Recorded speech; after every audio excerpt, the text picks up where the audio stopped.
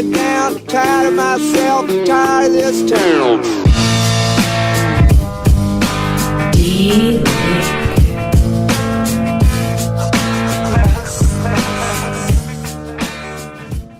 Eminent Waste of Time, presented by CW Motorsports, episode 110. I'm Doug. And I'm Chad. And it's once again, well, I guess we're not as last minute as last episode. It's Sunday night instead of Monday night. Right. We've kind of grown to where Sunday night is almost our normal recording night. Is that right? It's the one that works pretty well. Yeah. The weekend is winding down. You know, you're kind of trying to plan to where you don't have to do a whole bunch of other stuff. And it's like, well, we'll wrap up everything that happened on the weekend. Kind of the crazy thing is, though, we're getting to the end of all the seasons. Yeah. Well, it does give us a chance to cover races and stuff that have happened, but pretty much done. I mean, MWXC's done. IXCR is now done. And Extreme has been done for a little while now because they've had, shortened season for their first one. Yep. AXCC's done. I mean, we're going to be in the drought here for a while. We are. I mean, we're out of racing stuff, or we will be after this one. It'll be on to more trail riding things and whatever adventures we get ourselves into, I guess. True story. So I want to start by apologizing because you guys really only got about half my Utah story. The long and short of it is I had more truck troubles coming home. We ended up getting it fixed, changed the high-pressure oil pump again in a Target parking lot, and we made it over the mountains, but it was not happy with us. So you got it back. I mean, obviously you're home. Yeah. So what's the ultimate resolution to the toter home problem? They're wanting to add new injectors and get it up some more horsepower, which that block is very capable of sitting at about 400 horsepower with new injectors with nothing else done. But it's a couple $1,000s to do it. Really? No turbo mods or anything like that? Nope, just new injectors. Just got to throw more fuel in it. Pretty much. I suspect it's going to need more cooling in some capacity because she was getting a little warm. But, yeah. But, I mean, you throw like an oil cooler on it because right now the engine oil is cooled in the radiator as well, so that's just not helping. Yeah, if you can change that. And is the transmission also cooled through the... I believe it is. It's all right through it. So it's like when you're working it hard, you are shoving all the heat through one big radiator, and it's just not happy about it. Yeah, so if you get an aux transmission cooler and an aux oil cooler, then you won't be in bad shape on that thing. Yeah, it should help it quite a bit. And then we won't have to run the inside cab heater at full bore and roll the windows down to try and make it like its own little mini radiator to help.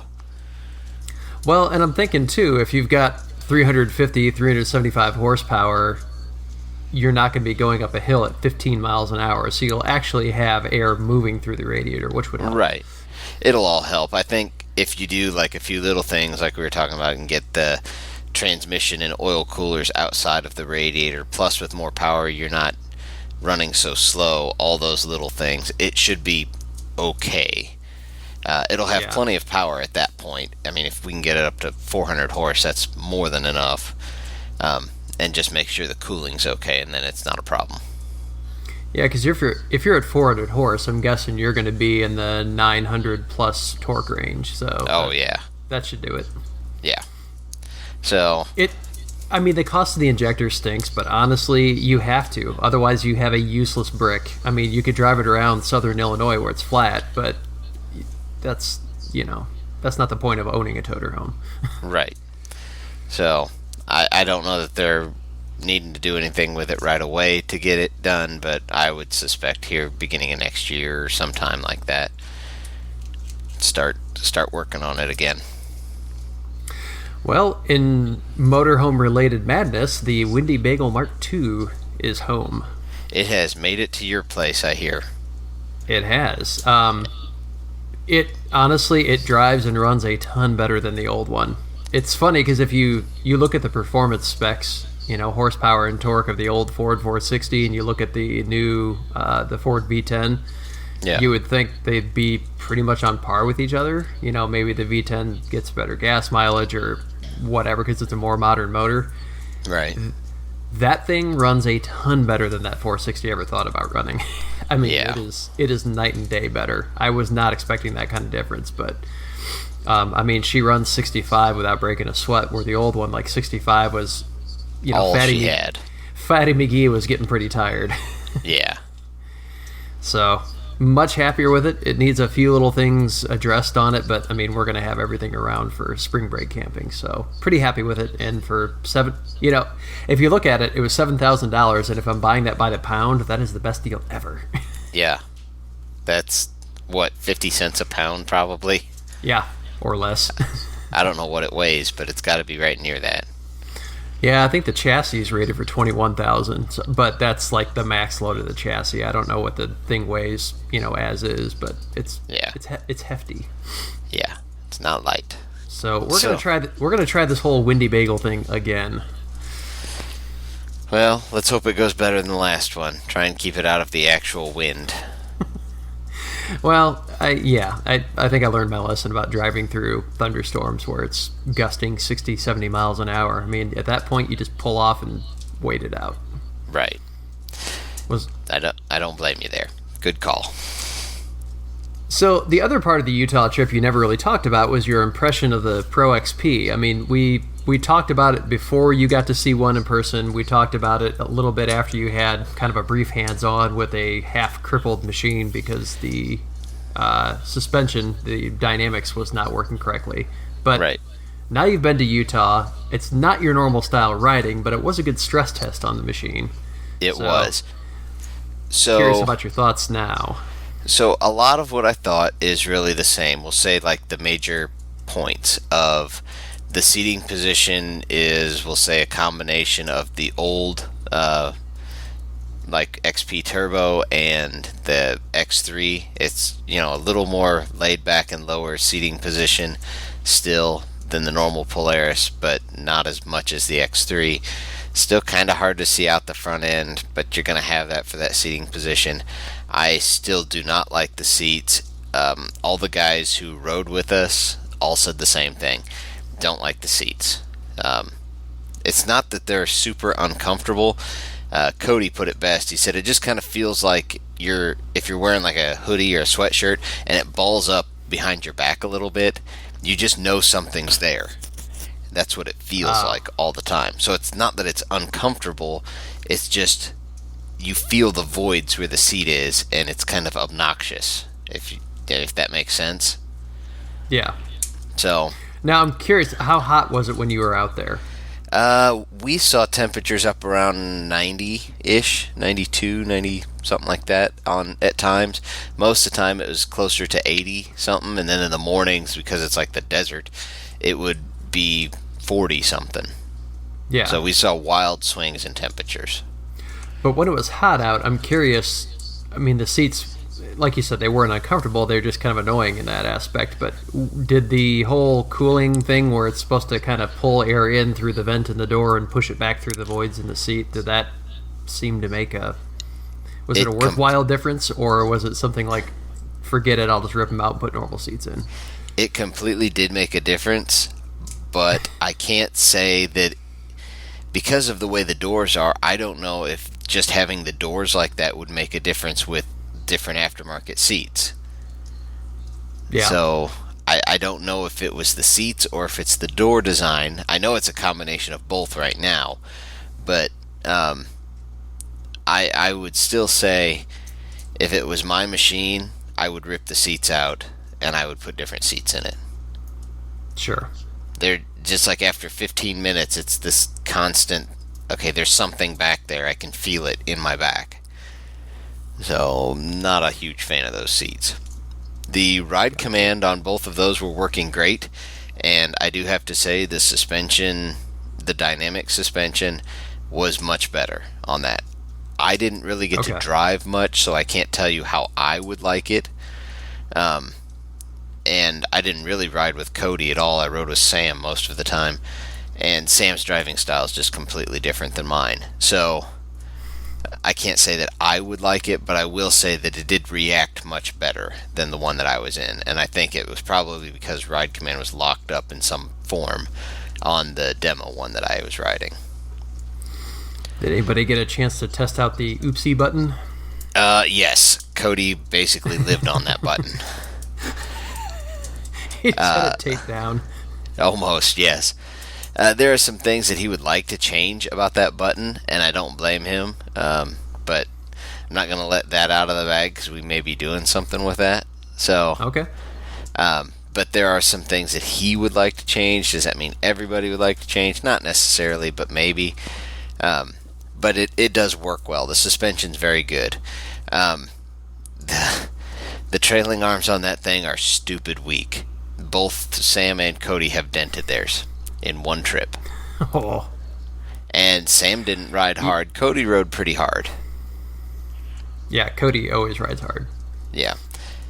And they, you know how, well, for those of you that haven't bought a new machine, when you buy a new machine, generally they give you X amount of dollars in, like, Can-Am or Polaris or whatever you buy, accessories.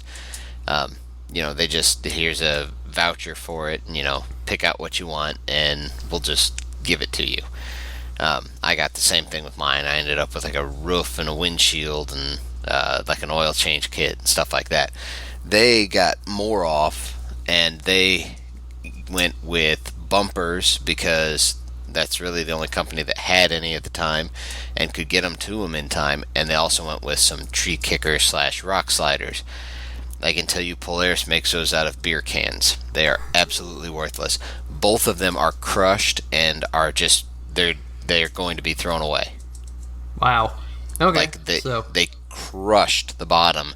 Better than half the tube is flat. So if you get them for free, okay, they were free, but don't go out and pay for them. Right. Not for the Polaris ones anyway. It's like Cody and Sam both said, you know, they didn't expect them to be the best ones ever, but you would think something that's made to take a hit would be made of a little bit thicker material than what it was. Sure.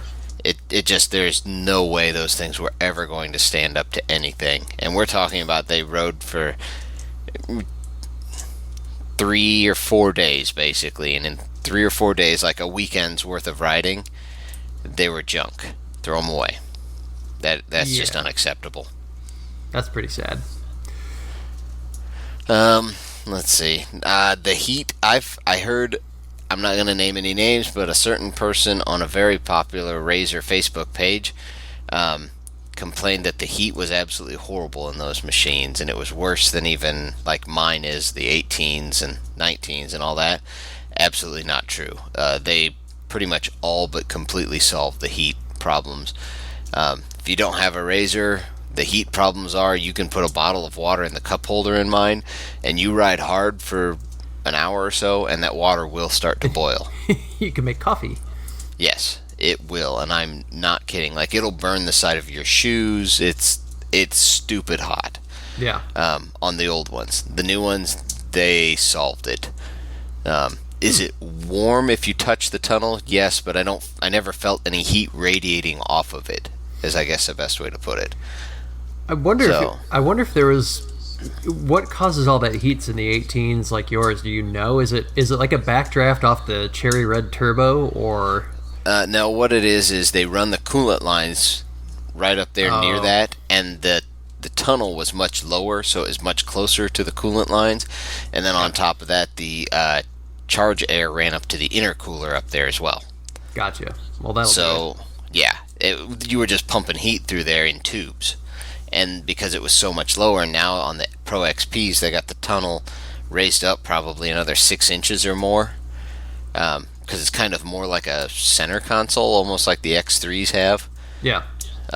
So there's more room, there's more air gap, there's place, you know, for the heat to dissipate, so it's not radiating through it. Sure. So they got that much, much better. It is, the engine and clutching noise is louder than mine. It's not obnoxiously loud, it's just, okay, it's slightly louder. The reason being, the air and clutch intakes are right behind your head. I mean, So you're going to hear it. Right. It's very similar to the X3 in that way, that they're right behind your head. It's just how it is. If I move my air and clutch intakes to right behind my head, I would bet it would be equally as loud. Yeah. I mean, it's just the position that they're in. So, all in all, I think it is a much improved machine. I really think they did a lot of good things. I'm still not saying it's the machine for everyone, but I talked to Cody about it, and we did a little interview thing that'll be coming out on CW's page. And I asked him, because when he ordered it, he kind of started thinking, maybe I should have just got the Turbo S for what he does. He said after having driven it, he thinks he 100% made the right choice in staying with the Pro XP. Okay. Well, I mean, they're definitely very different machines, so it's interesting to hear that he's, because the Turbo S is so much wider. I guess that's what I'm getting at. A lot of people were nervous about the fact that the Pro XP was a quote-unquote narrow 64-inch machine. So right. For him to say that was a non-issue, I mean, that tells you a lot right there. Yeah. I really enjoyed it. Cody enjoyed his. I didn't get to talk to Sam much about his, but he seems to enjoy it. There are a few quirks that they don't like, such as I was telling Doug before the show, before we started recording, that they will not start unless they are in park or neutral. Not like the old ones where you have to put your foot on the brake and then you could start it in gear. These won't even do that. It has to be in park or neutral. That is problematic if you're racing it. Yes. The good news is I have found a solution for that and should be having something out on the market through CW Motorsports here very soon. So nice. Field testing and then production. Yep. One last thing before we get off the subject. They made a big to-do about the retuned engine, the different clutching, more mid-range power, and you guys were doing a lot of slower, low-speed crawling type of stuff. Just curious what your thought was in the way they had the clutching set up and the way they've got the engine tuned. The power is great on it. You can definitely tell there is more power in that motor than mine would have been at factory. I still stand by it's not as much power as mine has at this point, but theirs are also stock no tune, so once you get a tune on them, it'll be more than mine, I'm sure.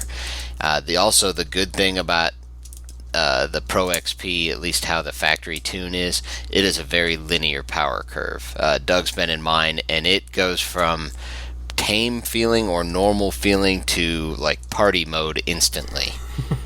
Yeah.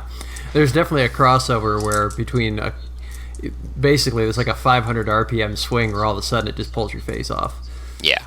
And I'm not saying that is the best thing to have. It's just fun. It is super entertaining. But, like if you're rock climbing or something, that's probably not the tune to have. Because all of a sudden you've just got way more power than you had 500 RPMs ago. Yeah. But exactly. The new Pro XP, the power delivery is very linear, very smooth, and you can feel the extra power in it. I think we're getting to the point, and I've said it before, and I think it's around this 200 horsepower, you're not really getting a tune anymore for more power. You're getting a tune for the features that it does. Like with my tune, it kicks the fan on earlier, and there's some little things like that it does to keep it cooler or just do things differently. Well, you're not going to be able to keep parts in the machine. I mean, right. You're going to be breaking axles, you're going to be breaking transmissions, you're going to be breaking differentials. There's just a point at which the weight of the machine and the power available and what you're trying to do with it, it's just not capable of it, Right. Short of upgrading every other possible item in the machine, but then you've really built something else entirely. I mean, for what it is and the price point it's at, I agree. There's usable horsepower you really don't need anymore. Right. You're just unless you like buying parts. Yeah. And I think Polaris right now, hands down, has the off-road technology market nailed down. They got it good. Yeah. They're the only ones with any controllable electronic suspension like that, with GPS, and like Cody and I were talking about, Polaris now also has in their ride command where you can link with people and like you can make a riding group basically and see if the other people in your group are moving. It has a little symbol next to their little icon when they're moving, when they're not moving. It shows how far away they are, stuff like that. So it's making it a more social aspect using technology. That's neat. Well, also safer. I mean, that's Yes. actually a really nice safety feature in a lot of ways. Right, because when we were riding in St. George, Utah, Cody was at the front of the pack and Sam and I were at the back of the pack, and Cody made the comment, it was really nice because he knew Sam was at the back, so that should be the back of the group that we were riding with, and as long as Cody could see the little icon showing that Sam was moving, he knew he wasn't broke down. No one else was broke down between him and them, so he could just kind of keep going and everyone would catch him whenever he stopped along the trail. Sure. So he knew that basically the integrity of the group was still intact. Right. Nice. So, yeah, it worked out well. Well, good deal. So, the last round of IXCR was this weekend. November 2nd. Well, 2nd and 3rd, but the stuff we're interested in. Side by sides. That occurred Yep. on the 2nd. It's bittersweet to see the end of another season.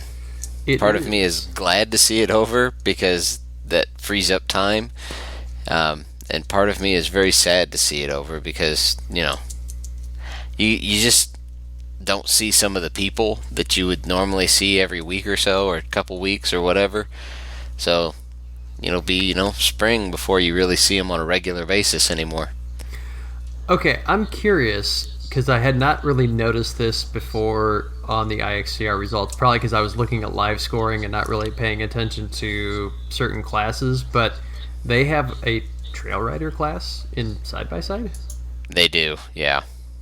Is it just any engine, everything's open, but you're not really competing? Is that or is it Razor little 400s or something like that?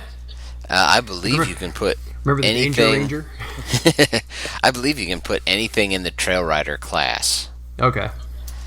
Because I'm looking, basically there's two trail riders, one finished a lap, one didn't even turn a lap. Right. I think it's anyone can put anything in the trail rider and all your results are just thrown out. Okay. So it's like a normal trail rider class. I just did not realize they had that. Yeah.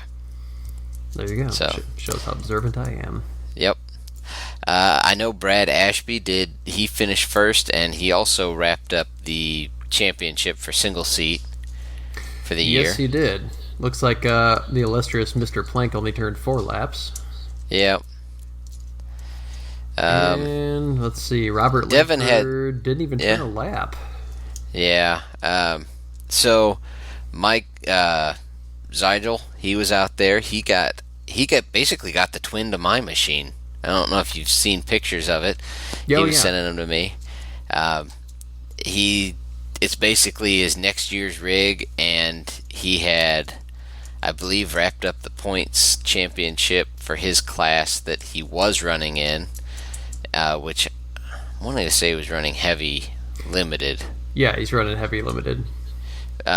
So then he basically is like, well, I can run my new one for this last one, and he did.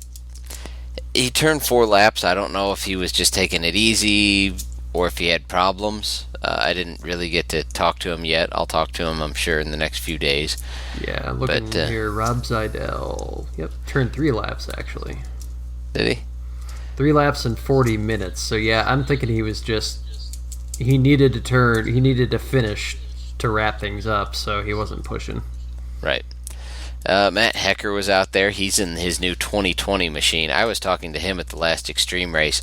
He said he has yet to even floor it all the way. He says it's just got too much power to use out there consistently. Wow. Yeah. So that's exciting to see. Jason Wolfer got first. John Barnes. I don't know if John was in his old machines or his new machines, because I saw on Facebook he got 2 new Pro XPs. Yeah. But the funny thing is, you never know what he's going to show up in. You really don't.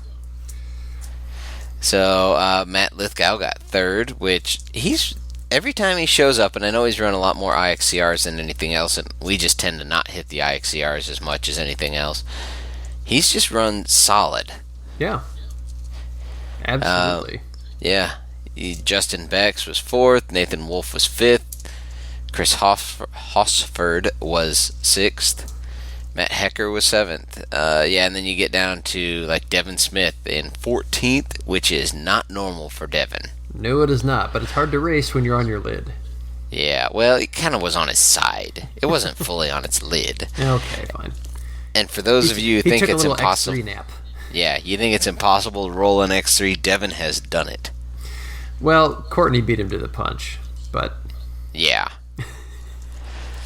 Basically, what ended up happening is there's some deep, soft mud ruts in the bottom of a valley, and he was in physical first lead and just climbed up it with one side more than he should have and got down in it, and it just it was the softest layover you could ever see. I've seen the video of it, and it just kind of like drove up the side and just like gently laid over on its side. Nothing hurt, nothing like that. Nothing dramatic, but it definitely screws your race up. Yeah, so he was sitting there at the bottom of this hill on his side for a while, and they finally got him flipped back over. So, well, and Mike Zidell can now say that he beat Devin Smith in a race because he was 13th. He did, yes. Yep. So, yeah. Had a good turnout, though. I mean, you're talking 20 people in Heavy Pro Mod, 3 single drivers, another 10 in Heavy Limited, and then a couple trail riders. I mean, that's a pretty good field. That's a good turnout. And if you look at, I don't know if you're looking at the overall, but the overall, it shows where they're from.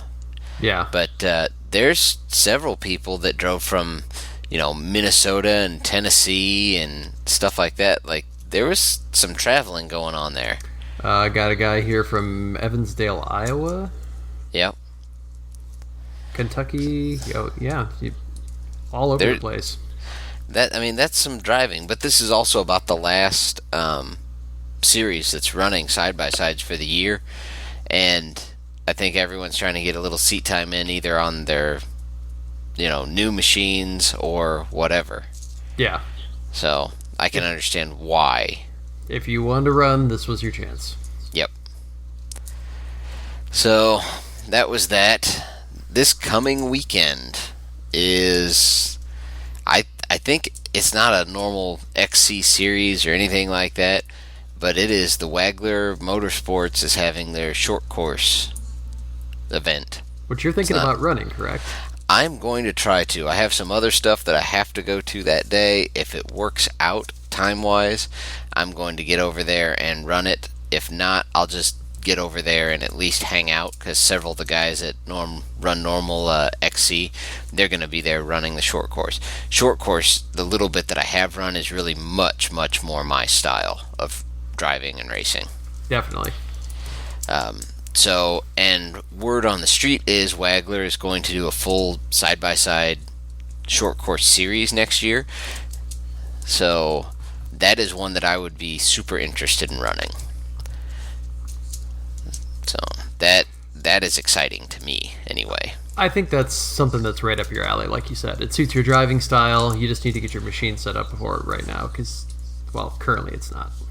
No, if I can run this weekend, I will run it as it is. I mean, with the non-ideal tires on it, which is really the big thing that it needs, I would say, is different tires. Other than that, it's put like 30 psi in, you'll be fine. Yeah, well, I got carnivores, and those things roll over. They're pretty soft sidewalled. I mean, I'll get around there. I was running the fair race with Paul Johnson in his X3. It used to be Barry Miller's X3. And he could out-corner me on a lot of it, but I could hang with him. And if it was a wider track, I probably maybe could have got around him. It would have been close. It would have been a better race. I mean, I was running right with him. But well, this is coming out Tuesday, so if anybody listening has a set of tires that will fit an 18 XP Turbo that would be running. better for short course. Get a hold of Chad. Yep, basically. I want to see what he can do with real tires. Basically, I'm running they're not stock, but they're beadlock 14-inch, and I would like to 27s, 28s, something like that, like 27 by 9s or 28 by 9s, something like that. And I would run the same size all the way around. It'll be perfectly fine. So just throwing that out there. Yep. I mean, if you want to give them to us, we'll say you're a show sponsor for whatever that's worth. Yeah, we'll take them, or if you want them back or whatever at the end, I'll do whatever. So yeah, that's my plan. I'm going to try and run it. I would really like to. If nothing else, I'll get out there and I'll hang out with the guys, and we should have some footage of it. I'm looking forward to doing one or both. There you go. So I'm going to try and get over this week to Fraser Motorsports and at least sit in the KRX they have out front. Every day I drive by, well, I don't drive by every day, but every time I've driven by them, I should say, they've had it kind of very prominent out front. They're a Kawasaki dealer. They're the only one in this area, actually. So, don't know that I'll get to drive it.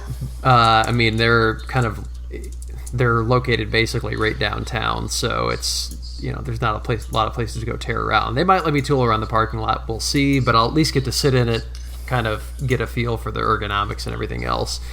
There's been quite a few videos that have detailed the performance or lack thereof, so I don't know that we need to beat that horse a whole lot, but it'd be interesting to just get some thoughts together on what it feels like to sit in it and everything else. And it's going to be a dead reliable machine. So for somebody who doesn't want a ton of horsepower, just wants a sporty side-by-side that's going to last forever, this could be the thing for them.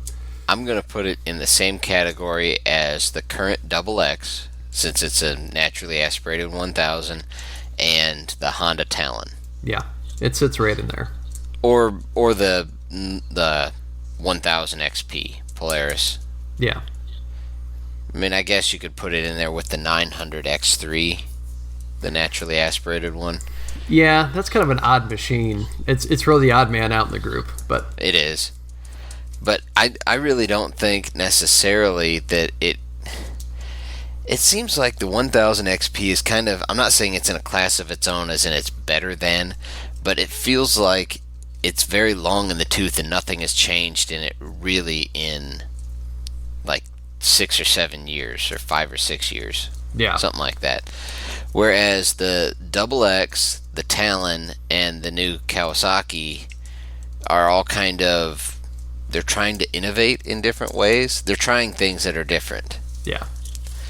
So I'm not bashing Polaris. They're sticking with a tried and true thing that's worked well for them for many years. But I think it's time to refresh that one. Yeah. So I'm going to try and get over there this week. The weather is decent, and I'm actually not traveling for once in my life, so I should be able to get over there and take a peek at that thing. Yep. Sounds like a good plan. So we are going to shorten this one up since there's really not a ton going on, but before we do, I do have trivia, because several people have said no trivia the last few. I know, we've been disappointing people. We've been ill-prepared. Yeah, well, whatever. But I do have trivia for Doug. So All are right. you ready for your trivia, sir? I'm ready to start Googling. Let's do this. No cheating now. Not cheating, I'm admitting that Okay. I don't know. I'm going to find it. Knowledge is power. What is Dorothy's last name in The Wonderful Wizard of Oz? She has a last name? Yes. I don't know. You know, I bet as soon as I say it, you remember it. Probably Gale. Dorothy Gale. Never You would've gotten remember? Really? Nope. That doesn't even strike you as familiar now? No, I'm going to be straight up honest. I've never seen The Wizard of Oz end to end. You're missing out. That's a good one. I've probably seen all of it if you piece it all together, but yeah, it's one of those things. I've just never seen it end to end. There's a couple big movies like that I think everyone has seen that I just have not for whatever reason. So, Okay. I'm an odd dude. You definitely didn't get that one right then. Nope. All right. Who invented the waterproof boot that began selling to his fellow Maine hunters in 1912? Doc Martin. Nope, L.L. Bean. Really? Yep. There you go. They're still around. Yep. That was a good guess, though. But Doc Martin, I don't think has been around near that long. What was their thing? Wasn't the sole made out of like recycled tires or something? And then they, that's why it's got the big chunky sole on it. What? Some weird Doc thing Martin like or that. LL Bean? Doc Martin. Oh, Doc Martin. It's made from natural rubber, I know. Yeah, I think the first ones were made. There was some crazy From tires or something. Car tires or something, but yeah. Whatever. All right. In what year was the hit game Minecraft released? Man, it's been a minute. 2006? No, 2009. It is 10 years old. It has celebrated its decade-old birthday, but it looks like it's 90 years old, so... Yeah. Funny story, Fuzzy actually had a chance to get in on that game, and when he saw what it was, he goes, "This is a disaster, nobody's going to play this thing." And boy, was he wrong. So he had a chance at fame and fortune and missed it. I don't know about fame, but fortune anyway. Yeah. It's crazy how much that game is played. Well, I think it just shows that people want the freedom to do whatever they want. They don't want to just be led around by the nose like most games do. So they'll take the simplistic gameplay as long as they can do whatever they want to. Pretty much. All right. Next one. How many players are in a polo team?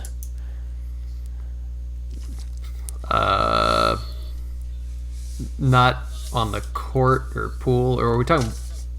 Not water polo. Okay, no, just polo. Yeah, like the horse polo. Okay. And the horse and the rider count as one. Do they sub out? Like, is there a bench, or is this just like who's on the field? It's who's on the field. Okay. I don't know if the horses have a bench. A stable? I don't know. I'm asking questions like it's going to help me because I still have no idea. But yeah, well, okay, I can subtract them. Then he's saying in his head. So you horses and running around in craziness. 7 on the side. 4. Crap. Yeah. I wasn't going to guess 4, so I think my other guess was 6, and I'm like, no, it's probably an odd number. So. Yep. All right, next one. Which is the most densely populated country in the world?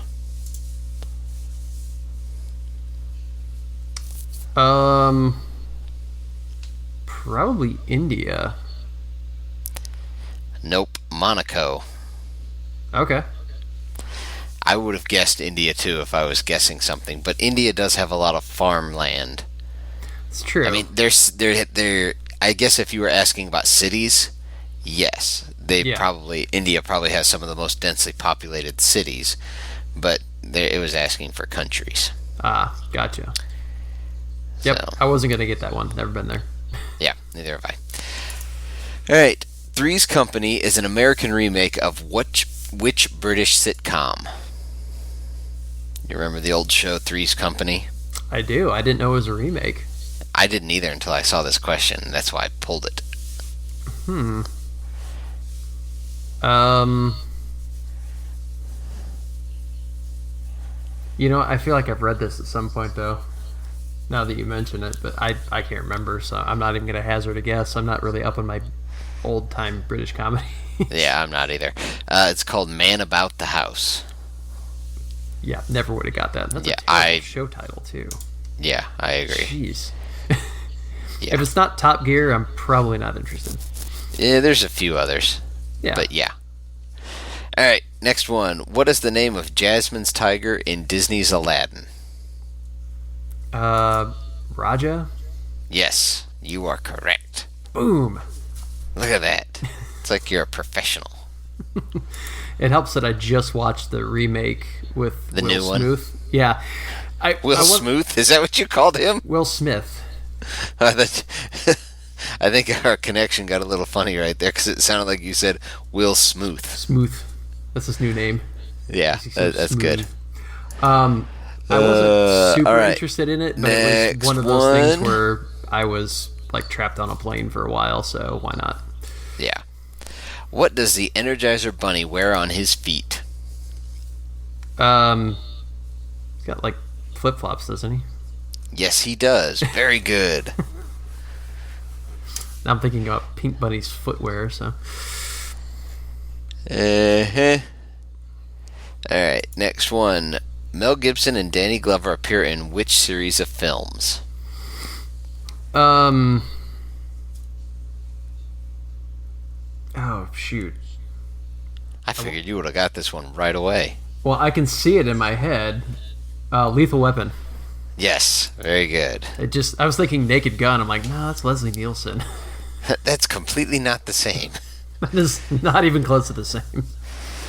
Alright, I think this is the last one, because I don't have a normal format what I'm reading off of, so we're going to say this is the last one. How many justices are there on the U.S. Supreme Court? Currently, there's 9. It is always 9, but yes.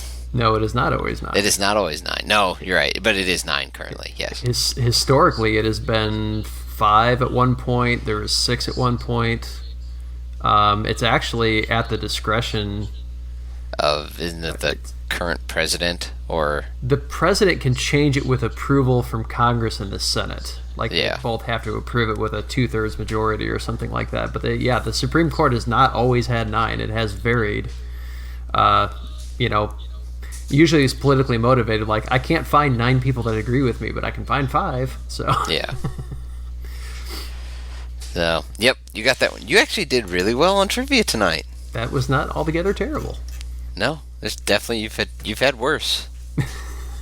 I think I've been skunked a few times. Yeah. So this made up for it, but average is still not so great. No, I'm going to have to up my game more consistently. Yeah. Well, we are going to say a big thank you to all of our sponsors. Of course, CW Motorsports, our title sponsor, but also Watch Communications, who host this whole mess. And if you need hosting for the mess you're trying to put on, if you go to watchcom.net and put in the code Waste of Time, you can get 1 month of free hosting.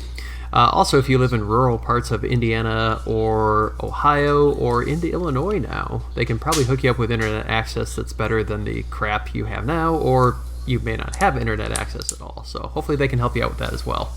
Yep. Spangs Fab, who makes fantastic rock sliders that will not dent up like weak beer cans after 2 minutes of riding. They also make radius rods that are awesome and full race cages. And basically, if you need your machine to last, he's the man you need to talk to. Yep. Also got TGM Off-Road on board, who just finished up their Ride Royal Blue. I really wanted to go this year, but it was on top of SMR, the St. Jude ride, so I was not missing that. But we're going to have to get out there and do a ride with them at some point. Yep, that's got to be made priority. Yeah, just a great group of people, and like we always say, they love to eat, but honestly, they love to ride. I mean, you better be ready for 40, 50 miles a day, or possibly more. So don't show up thinking you're only going to go 5 miles. Show up with spare parts, show up with an air compressor, show up with tools, because you're going to go riding. So you can find this mess. If you want the video version, go to YouTube/Eminent Performance. If you want the audio version, you can find it on iTunes, Google Play, Stitcher, iHeartRadio. There's a bunch of other ones out there where they all get kind of aggregated around. So anywhere you look for podcasts, you'll probably find us. Just look for Eminent Performance or Eminent Waste of Time. If you forget all of that and can't remember anything, just go to eminentperformance.com. You'll find all the information you need there. We're also on Facebook/Eminent Racing or Instagram/Eminent Racing. Yep. And if Don't forget to like and subscribe if you're on YouTube down below, and click the little bell button, and that will notify you when we upload new stuff. And a new version of Sunday Drive just came out. It would have been a couple days ago now. Jason Bannon was on there, and he came really close to unseating Matt Rowell from the top spot. In fact, on his 3rd lap, he had a little bit of a whoopsie, and I think he probably had Matt Rowell, except for that screwing up at the end, because he was really moving on that last lap. So that's the thing, though, with any of that stuff. I mean, we only give them 3 laps, and any little mistake will... That takes you from being first to fifth or whatever. You've got to put the whole thing together. I mean, you can be that close, but you've got to put it all together to win. Yep. So. Also, if you happen to find this on iTunes or any of the other podcast outlets, take a second and leave us a review, because that definitely helps us grow. Word of mouth, share this on Facebook, share it wherever. We would definitely appreciate all that. Definitely. So yeah, there you go. All right. Good enough. Any other things and stuff, or we gonna close up shop here? Yeah, let's just close up shop. I don't know that I've done anything amazingly stupid this week. Still got all my fingers. Still got that is approaching 4 decades on this planet of you not killing yourself, which is kind of amazing. So far, my record is perfect for not killing myself. Alrighty, and no matter if the Grim Reaper has caught up with you or not, not yet. Thanks for riding along with us. Thanks, guys. Tired of screwing up, tired of going down, tired of myself, tired of this town.